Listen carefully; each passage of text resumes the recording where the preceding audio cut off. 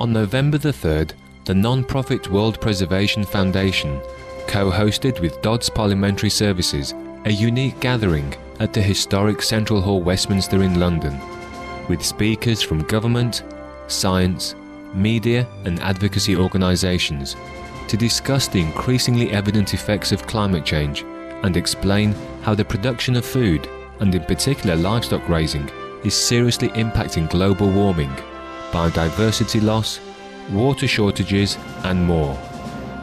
Leaders Preserving Our Future, Pace and Priorities on Climate Change was attended by experts and dignitaries such as the Duchess of Norfolk, High Commissioner for Antigua and Barbuda, Dr. Carl Roberts, Dr. Esther van der Voort, a representative from the United Nations Environment Programme, and the ambassadors of such countries as Russia, Bolivia, Nepal and others.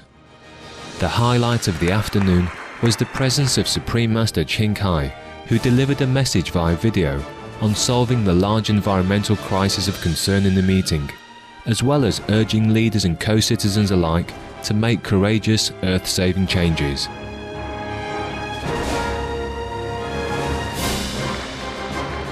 We now invite you to join us for part 7 of the 7-part rebroadcast of the live conference Leaders Preserving Our Future, Pace and Priorities on Climate Change on November the 3rd, 2010 in Westminster, London in the United Kingdom.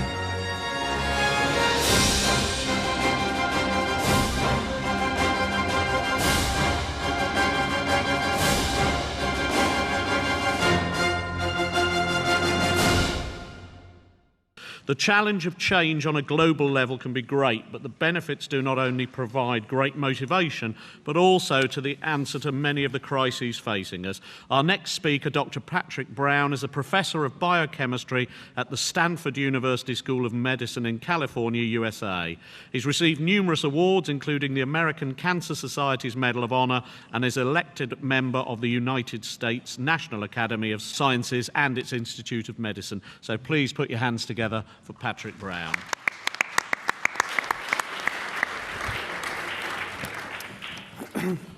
Well, first of all, I want to thank the WPF and the organizers for inviting me to this meeting and putting it together. I've certainly learned a tremendous amount today. It's hard to really add much to what we've already heard. I'm going to try to slip in a couple of sort of factual points. One of the challenges that we have to wrestle with when we talk about making possible changes to diet or agriculture for environmental reasons is that we still need to feed the world population. And those animals that humans are raising for food, they make up about 20% of the biomass, the animal biomass on the surface of the planet. And feeding them requires more than 30% of the land area of the planet. Now, one of the corollaries of devoting 30% of the surface of the planet to raising animals is that historically, land that was covered with forest or scrubland or savanna or prairies had to be cleared so that it could be used for grazing or crop cultivation to produce feed crops to feed the animals. And this is a map showing the areas that have been converted, again, from their original vegetation to farmlands for cultivating crops. The red and yellow represents areas where feed crops are the primary crops being raised. And you can see that in most of the developed world in the northern hemisphere, the crop cultivation isn't crops to feed humans, it's to feed that huge population of animals that we bring along with us.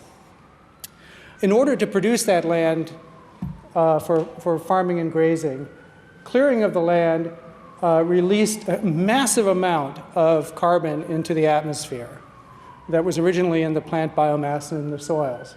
150 billion metric tons historically.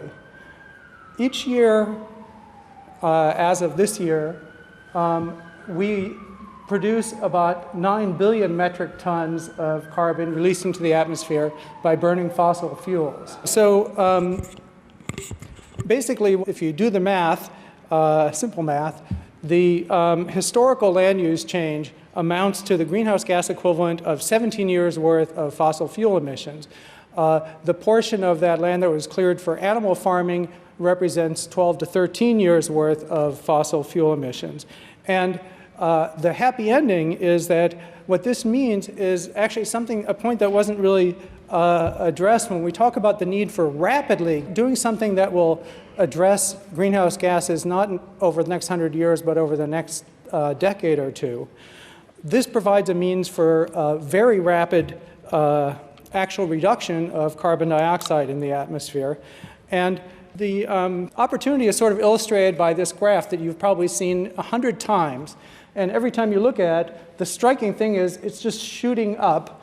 This represents atmospheric carbon dioxide concentrations over a period of 30 or so years. That's what draws your eye. But what I want to focus on is that it's not continuously going up. In fact, every year, during the spring and summer in the northern hemisphere, where there's the greatest amount of vegetation, the carbon dioxide levels in the atmosphere shoot down, actually very rapidly.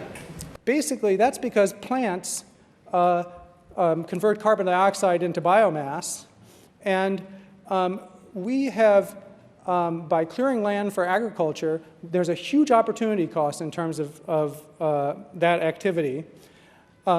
Any land that we allow to recover its normal vegetation will immediately be soaking up CO2 and converting it into biomass in soil carbon stores. Effectively, the problem here is that these periods where the CO2 is being pulled out of the air are more than matched by CO2 generated by burning fossil fuels. But if we could take advantage of this CO2 lowering ability by allowing more lands to convert CO2 into biomass, that would allow potentially a very rapid lowering of CO2 concentrations. And we have, effectively, you could say, if we took all the land that was currently used for animal farming and immediately just said, let it revert to its native cover, effectively we would get like 12 years worth of complete negating the carbon dioxide rises from fossil fuel burning. And of course, there's the methane story, which you already heard a lot about. Now, when I talk about this subject with my colleagues, first question I always get is, well, even if you could imagine that happening, then you'd have the problem of producing enough protein to feed the world, and that would probably require more land to be cleared for farming. Well, that's actually nonsense. It turns out that the current world production of just 4 crops, soybeans, corn, wheat, and rice, that require less than 4% of the Earth's surface area to produce, contain more protein and calories than all human beings eat today every year, and way more protein and calories than they need to eat, but that's another story. So there's an interesting opportunity, replacing meat with plant-derived sources of proteins to the degree that you would reduce the land area required to feed the human population and allow recovery of biodiversity and carbon capture ability, reduce it by more than 80%. In other words, we'd recover about 25% of the total surface area of the planet we'd get back for whatever purposes we wanted to use it, carbon capture or solar energy or recreation or just leaving it alone and letting it grow. That's a lot of land. Okay, so you don't need any meat or dairy products to completely satisfy the nutritional needs of the entire human population with current production.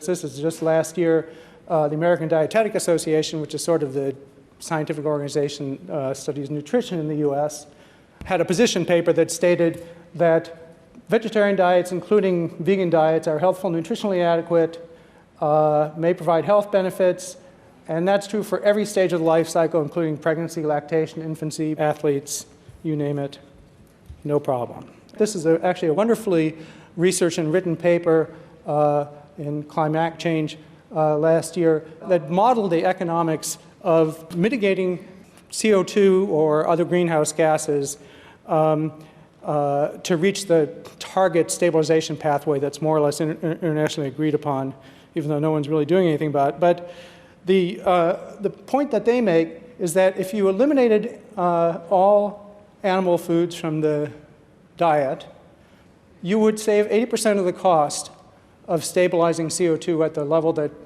most governments, I think including the UK, have accepted as a reasonable target. That amounts to tens of billions of dollars saved for the global economy. So you're actually talking about something that is a pocketbook issue for your constituents. Is it realistic? You already heard a reference to the kind of historical model of tobacco smoking. Basically, what happened about 50 years ago was slowly society, including the political powers that be, accepted that smoking actually had a net deleterious effect on the welfare of their societies and decided to take a variety of strategic actions to reduce smoking, the most effective of which I think pretty much everyone agrees are increasing the cost of it by raising taxes and making it harder to do by restricting places where you can smoke and so forth. But at any rate, the effect has been to take something that actually I think has a lot of parallels to meat eating. Namely, it's a completely unnecessary, but for many people very pleasurable habit that people are reluctant to give up. And another parallel is it's supported by a very powerful industry with very powerful lobbies, and probably in the British Parliament, certainly in the US Congress, that will do just about anything to try to prevent change. Nevertheless, it worked. Basically, I think that plant-based foods are more than an order of magnitude cheaper to produce nutritionally equivalent products than meat. It would be relatively easy to make it more economically advantageous for people to change their diets. And the last thing I want to mention is sort of another little economics thing, which is that one of the most price-sensitive purchases that consumers make is purchases of meat, meaning that I think raising the price would have a real incentive effect for people's diets and for industries to develop, to provide alternative foods that people could afford.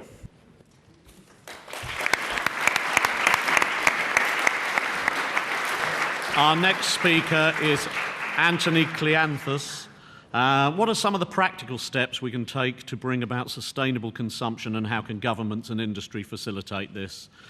Anthony Cleanthus is a senior policy advisor on sustainable business and economics at the WWF. He is founder of the sustainability consultancy Here Tomorrow and a registered advisor to the UK government's Foreign and Commonwealth Office. Please put your hands together.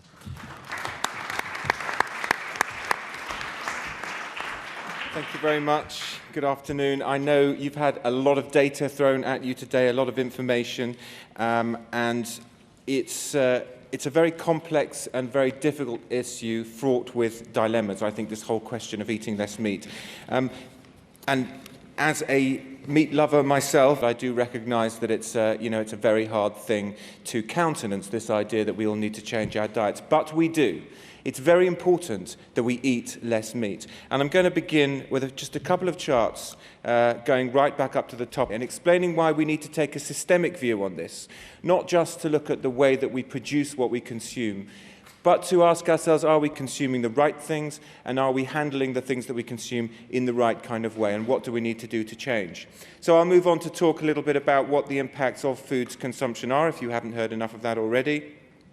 And finally, to talk about some of the responses and priorities that I believe we as a society should be placing, and what we can expect from our politicians. I think the problem here is that our consumption of food, of fossil fuels, of many of the things that we consider essential for daily life is actually eating up our own planet. If this room were full of bankers, I'd be talking about principles and loans, and everybody has savings. What we are doing is we are spending our savings. We are not living off the interest that those savings accrue.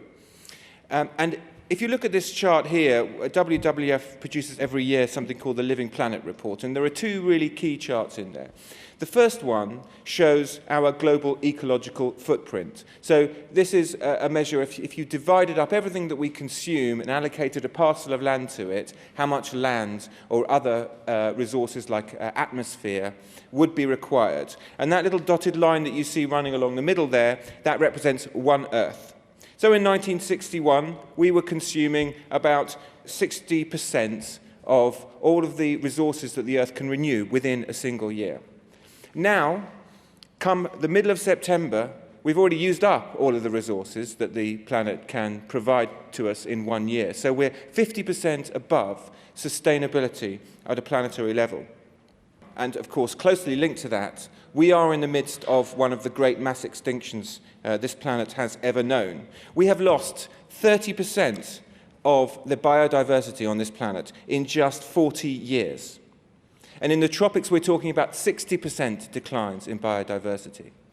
That is completely uncountenanceable, if that's a word. I mean, that just cannot continue. If it does, we won't have anything to eat, and we won't have anything to fuel our economy.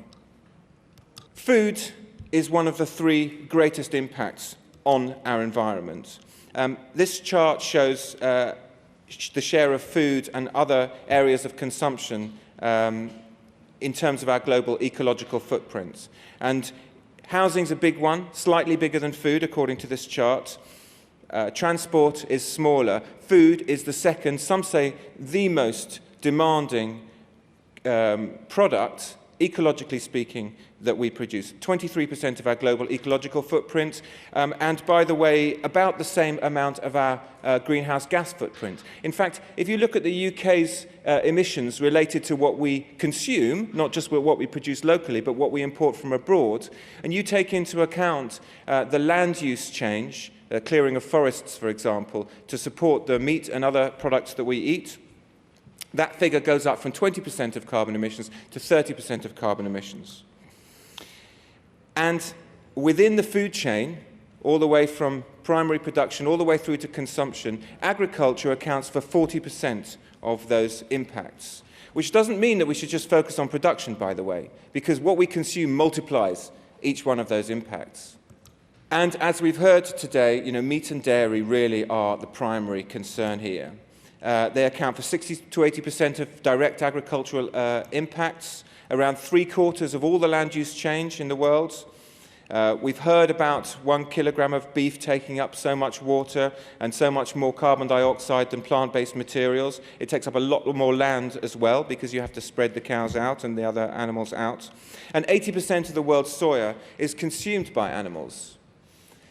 Now, what does this mean, practically speaking, on the ground? It means that biodiverse habitats like this, the Cerrado do Brasil, which contains 5% of the world's biodiversity, is being turned quite rapidly into landscapes that look like this.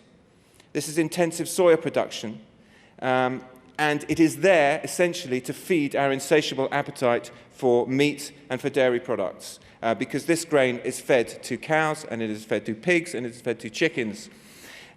So we are responsible for taking up about 400 square meters of this land ourselves every year. This is the Cerrado as it was a few decades ago only. And this is what it looks like today. And we're still talking about 5% of the world's biodiversity. So imagine the destruction that we have wrought up until now. We have to stop that destruction. And we have to ask ourselves, are the diets that we aspire to and have become used to eating in rich industrialized nations like our own the way forward? This is a typical American family, what they consume within a week. It is absolutely loaded with processed foods and with meats. Now, I don't personally subscribe to the view that the reason poor people start eating more meat when they get rich is because they want to be like Americans or like British. I just think, it's a luxury part of every culture. When you get rich, it's a status symbol, it's something you consider very special. You eat more of it. Of course you do. And as the world gets richer, as we grow our population to 9 billion people, and as average incomes set to rise, our impact is going to rise accordingly. If we do move towards these high meat diets like we have in the West, if the whole of the world does that, we're going to need more like 3 planets to support us, rather than the 1.5 or so that we're currently eating our way through. But if we are prepared to switch to diets more like they have in Malaysia, which is much lower in processed food, in meat and in dairy products, but is still a very healthy diet, we can get ourselves back down more like to 1 planet living. We did a study recently in association with the Food Climate Research Network that actually ran scenarios looking at the different solutions, efficient use of energy, changing the way that we consume, changing production methods, changing the way we generate electricity. And we asked, to what extent could each of these scenarios lead us towards 70% reductions in carbon emissions by 2050, which is what we believe are required? And the fact is you can't lose any of them, really. You've got to do all of them. And consumption, which at the moment really is an unmentionable word across the Atlantic, if not quite so much here, we've got to start thinking about it.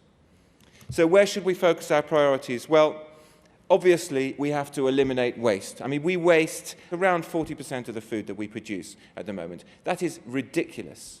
And by the way, the spoilage of food is one of the reasons why famines occur. I also have been to Ethiopia, and I've seen what happens straight after the harvest. There is an abundance of food. The problem is that a few months down the line, without refrigeration, without decent transport to take that food to market, it's gone, and people begin to starve. We need to eliminate waste completely because we need to mimic nature, and there is no waste in nature. Secondly, we have got to reduce our meat and dairy consumption. And in particular, we need to avoid processed meats, which are much worse for the environment and much worse for health. And we need to eat locally in season fruits and vegetables, far greater proportion of those in our diets. Reducing meat and dairy consumption, particularly intensively produced, imported and processed meats. Consumers need to have the right products available to them on the supermarket shelves. They need to be responsibly produced. They need to be clearly labelled. They need to be appropriately priced. And by appropriately priced, I mean the true cost of producing these foods should be reflected in the end price. They need guidance on how to choose it, buy it, store it, cooking it. Up to half of the carbon emissions go in cooking the food. And we need some political leadership. We have to vote in politicians who are prepared to face up to these very obvious and very urgent and very important challenges. So, for example, we need to change dietary advice to the public so that it's not just saying how much protein we need, how much fat we need, but where we should derive this stuff from and what the effects are going to be on the environment. We need to shift the way that we pay our taxes and charge our taxes, away from things like hard work, for example, income tax. Why not shift that onto taxing highly polluting, highly damaging environmental activities? There doesn't need to be a change in the overall tax system. We just need to send the right signals in the right directions. We need to stop subsidizing intensive agriculture. It's crazy that a packet of popcorn costs less than an ear of natural corn. Why is that? It's because oil is free. And if producing food is about turning oil into food, which is what it's become, it makes no sense just to allow people to extract oil from the ground and pollute the atmosphere without charging them for it. So we need to shift our subsidies, we need to shift taxes, we need to purchase responsibly. And finally, we need to work with the retailers and the processors all together. We have a process at WWF called Tasting the Future, where we've actually invited people from governments.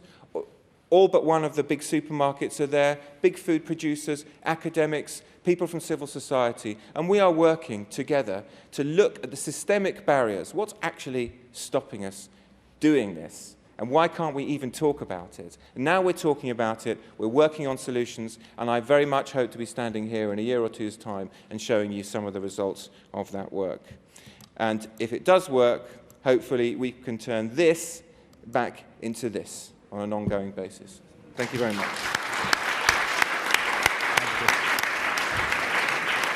Our penultimate speaker is Pat Thomas. One of the best-known initiatives for reducing our emissions footprint through reduced meat consumption is Meat-Free Mondays. Pat Thomas is Meat-Free Monday's scientific advisor, former editor of The Ecologist. Thank you.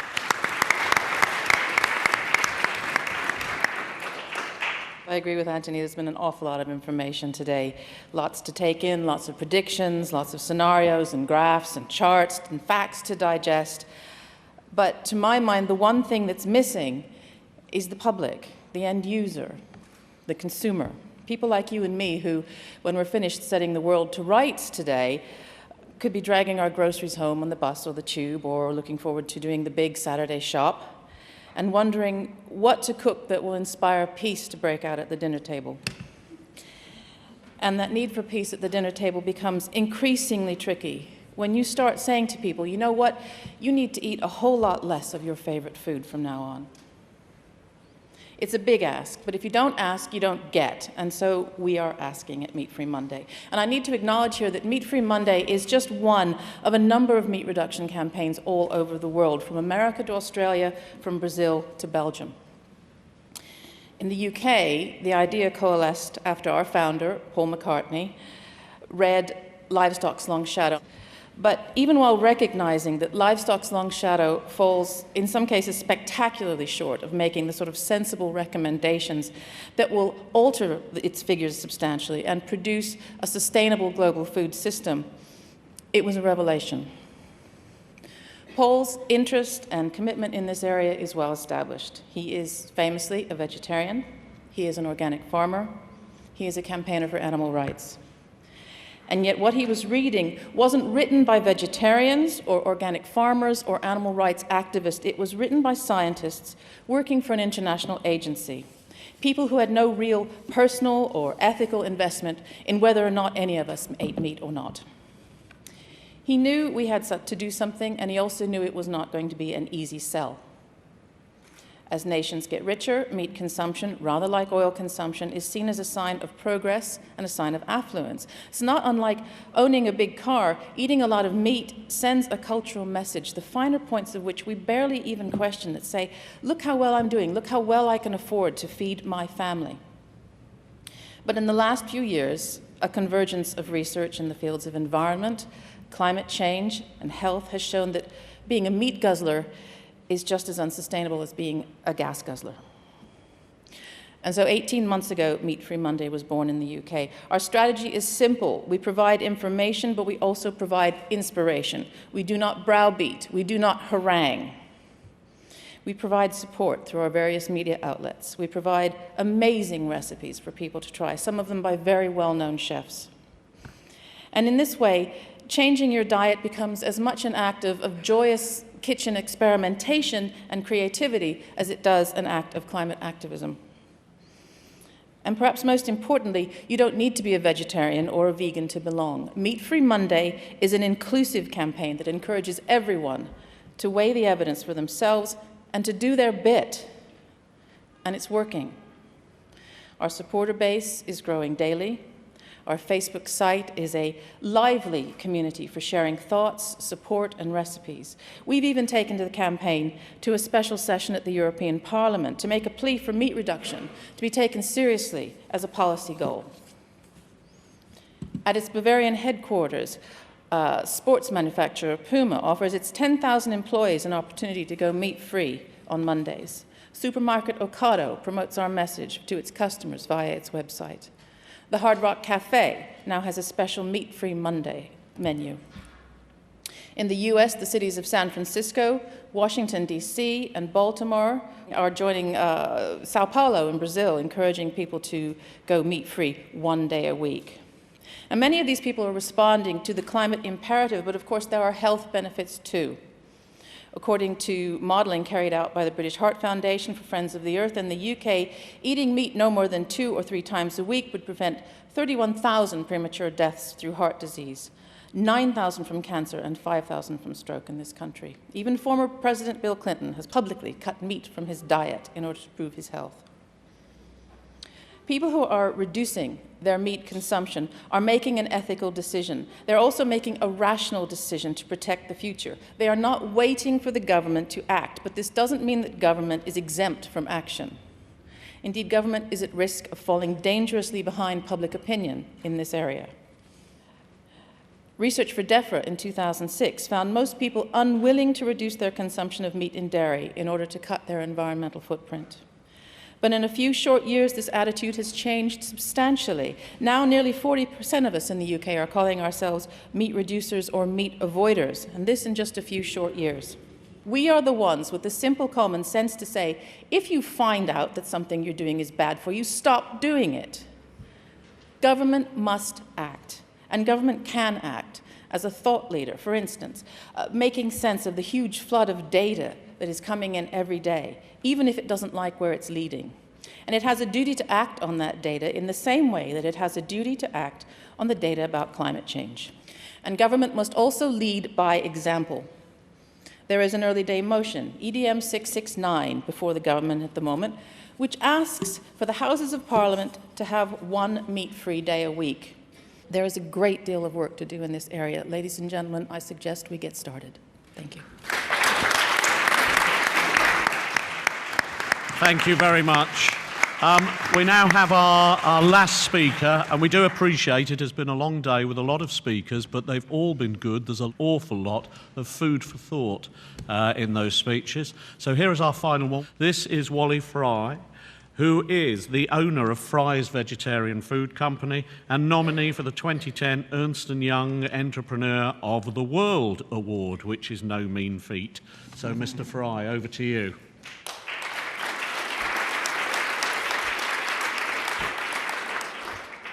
Thank you. Good afternoon, everybody.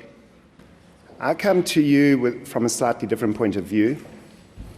We've heard a lot of very, very expert information being delivered to us today. Today, it's more about a personal story that I've been asked to speak about. And maybe by delivering that story, some industrialists or some people may derive inspiration also to embark on a similar route. So this story takes place over some 24 years. And way back then, my wife and I had an awakening of the intellect, and we could see these graphs and figures already 24 years ago, and we decided to do something about it. So my name, as I've already said, is Wally Fry. I'm the CEO and the co-founder of Fry's Vegetarian. We're a manufacturer of vegan frozen meat analogues or alternatives, if you like to call them that. 21 years ago, my wife, Debbie, and I, she's sitting in the audience over here, quit the construction industry by closing our rather successful construction company and starting a quest to develop meat alternatives with a view to supplying friends and organizations aligned with our burning desire to curb mass slaughter and factory farming for the very reasons we've seen today, being the basis of much harm to the environment. We were, I believe, divinely inspired to that extent that without any formal education or experience in food formulation, we were able to develop a small range of absolutely unique products, quite amazingly delicious and very sought after by all who ever tried them. From our construction office, we strived to make 7 kilograms of products a day for friends and family. Today, 22 years down the passage of time, we will strive to produce 7,000 tons of our food products, exported to some 17 countries in the world. These products, by the way, are sold both in mainstream and in smaller organic-type shops. Now, this directly relates to the saving of hundreds of thousands, no, possibly millions of factory-farmed animals from slaughter. And I guess this small measure of success qualified me to speak on the subject of why and how I believe industry can successfully change to accommodate the ethos of environmental compassion. Now, from those humble beginnings where Debbie, my partner and my rock, and my wife and I ran that factory single-handed, weighing ingredients, operating machines, packing products and freezing them, washing up the small factory, and even loading of refrigerated transport. The passion for the moral cause was so strong, and the love for what we were doing so huge, that great financial and physical hardships were overcome. Today, the whole family, all of whom are vegetarians, by the way, are involved passionately following the same cause. We now employ some 350 staff members, all lovingly producing 15 product lines, which are approved by the vegetarian and vegan societies of the United Kingdom. They are approved kosher parev, which means it contains no milk and no meat. They're approved halal. They're approved Suddha, which is an approval by the Hindu Association, meaning pure, containing no flesh. And not only is it approved by all of the above, but it is produced from 100% GM-free crops. We make absolutely sure of this. It contains no added preservatives or artificial colorants. And all of this takes place in our world-class, energy-efficient factory, where our management systems and facility are certified ISO 22000, which is a worldwide recognized food safety endorsement. As a matter of interest, we've just heard about Meat-Free Mondays. Fry's Vegetarian are now the initiators and the drivers and the sole funders of the Meat-Free Monday campaign in Southern Africa.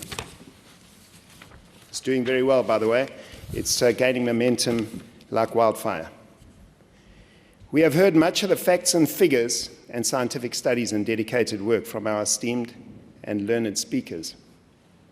It would thus be improper for me, an ordinary person like me, to suggest ways and means with factual analysis, both economic and environmental, for modern-day industrialists by way of advice. But what is interesting, though, is that the financial credit crunch can be so closely aligned with the pending environmental credit crunch, that industrialists and businesses alike would do well to note that, according to reliable sources, and we've had some of it a moment ago, we are currently in debt to the planet to the extent that we need about 1.4 Earths to fund our activities, and have crossed our credit boundaries with biodiversity loss, ocean acidification, and freshwater use and land system changes. We've already crossed those boundaries.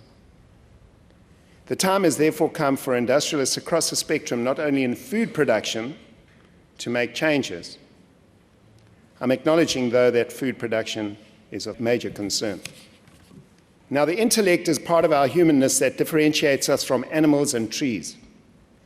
An intellectual is not an academic, by the way. The American Red Indians, for example, were powerfully intellectual, yet they were not academics. The intellect is part of consciousness, which, if we listen to it, tells us the difference between right action and not so right action. I'm referring to right and wrong in the universal sense of the creation of all living organisms, not in terms of laws laid down by politicians governing our social behavior. It is a human gift of reasoning, supposedly helping us from following blindly the trends and tendencies and actions of other humans, even when they are leading us down the road to ruin. Now, how does this relate to industry? Our minds desire profit, and in so doing, mind power dominates the intellect in exercising our right to free will. But if this discerning intellect is allowed space to speak to us industrialists, I say us because I am one, it will show us that pollution we are causing, that forest we are destroying, that river strangled by effluent, those gases that come from the cars we build, those cows, sheep, and pigs and chickens in their factory farm horrors, those polar bears drowning, those rhinoceroses shot dead to take the horns for what scientific benefit no one knows, that packaging we churn out that will not easily degrade, that globalization that requires us to fly all over the sky, polluting as we go, and so on and so on. Give your intellect the space to speak, and it will show you all of this and more. We humans have the intrinsic knowing that we are wrongly doing these things, without our esteemed scientists always having to point it out to us. Now, if each industry in the world, every large-scale manufacturer, looked at their processes in the true light of day, and listening to the intellect and not the mind spinning profit, money, and power stories. If each one started a pilot plant or project bearing the planet in mind, and there is no short-term gain here, I'm afraid, I'm convinced that through the power of a more aware consumer and the environmentally friendly plants and their goods would soon become the mainstream, and we would be dumping our old, nasty, environmentally destructive ways on the garbage heap of bad human endeavors. In India today, the first cars that run on compressed air are soon to roll off the production line. Mom and pop family farm produce is soaring in popularity in the world. Some brave fruit juice producers, in order to cut down on PET and UHT packaging, are piloting bulk dispensers in retail shops. Bottled water producers would do well to follow this trend, where so many alternatives to PET exist by bulk or home filtration. Manufacturers would do well to invest, as we are, in water recycling, thus minimizing use and never creating wastewater. Compostable packaging is now available. Food producers and manufacturers would do well to link into this new innovation. Investment by industry in solar and wind power. The removal of nasty chemicals used in the food industry to generate better profits. A new concept is like a seed planted in the warmth of your house.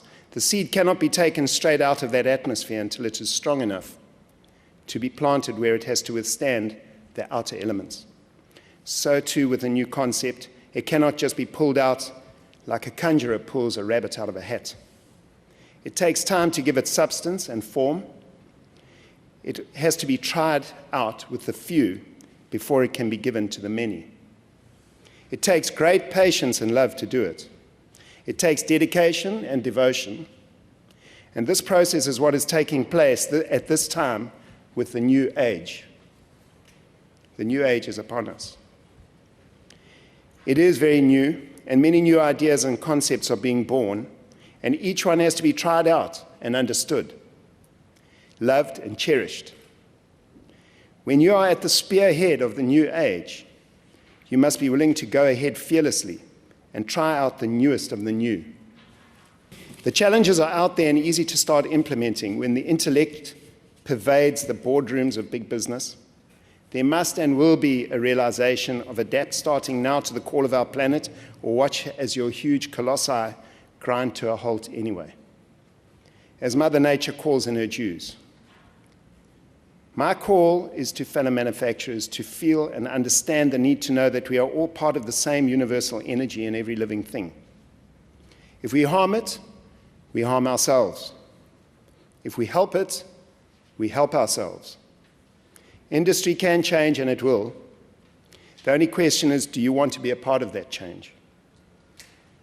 When the moral cause is realigned with help ever, hurt never, profits and well-being will once again flow, although maybe in a slightly different paradigm. That, by the way, is also universal law. My plea, therefore, in closing is this. Let us awaken the intellect in industry, and by using it as our master instructor, start the environmental revolution, which will go down in history as a far greater thing than the Industrial Revolution ever was. I thank you all kindly for listening, and I humbly offer my gratitude to the World Preservation Foundation and DODS for the extreme honor bestowed upon me by asking me to speak here today. I thank you. Ladies and gentlemen, if you could put your hands together for the panel, and indeed for all the speakers that we've had during the day. In just summing up, I mean, this has been about a viable near-term solution to climate change, and having chaired a number of conferences on climate change, it's actually beautiful to realise that there are actions you can take today that will have immediate effect if we decide that is something that we want to do. And of course it's all about us as individuals. It's our choice and our chance to do something. It's then how we communicate and how we pass that message on. I'd like to thank the World Preservation Foundation and Dodds for the day. I think it's been absolutely marvellous. I mean, a number of wonderful speakers, a lot of information for us all to take in, and it was in bite-sized chunks. Again, on behalf of the organisers, a very big thank you to all of our speakers and to you for being such a understanding, knowledgeable and generous audience. Thank you.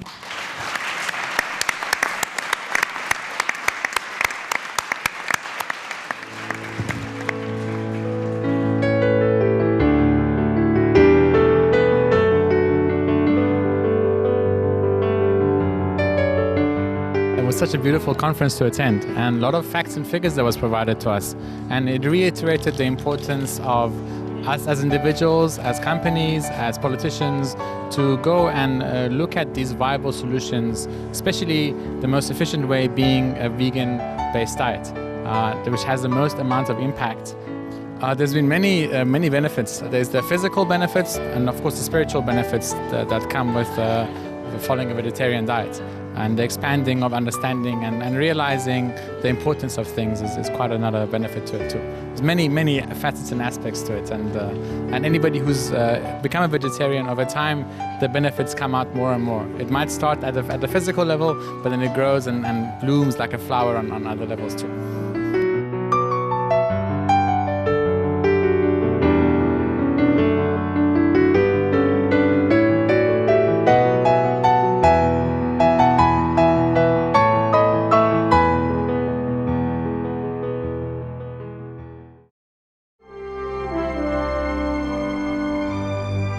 Thank you for joining us for today's episode of Words of Wisdom. Golden Age Technology is up next, right after noteworthy news. Please stay tuned to Supreme Master Television. With heaven's blessings, may all coexist in joyous harmony and creativity. For more details, please visit www.suprememastertv.com/WOW.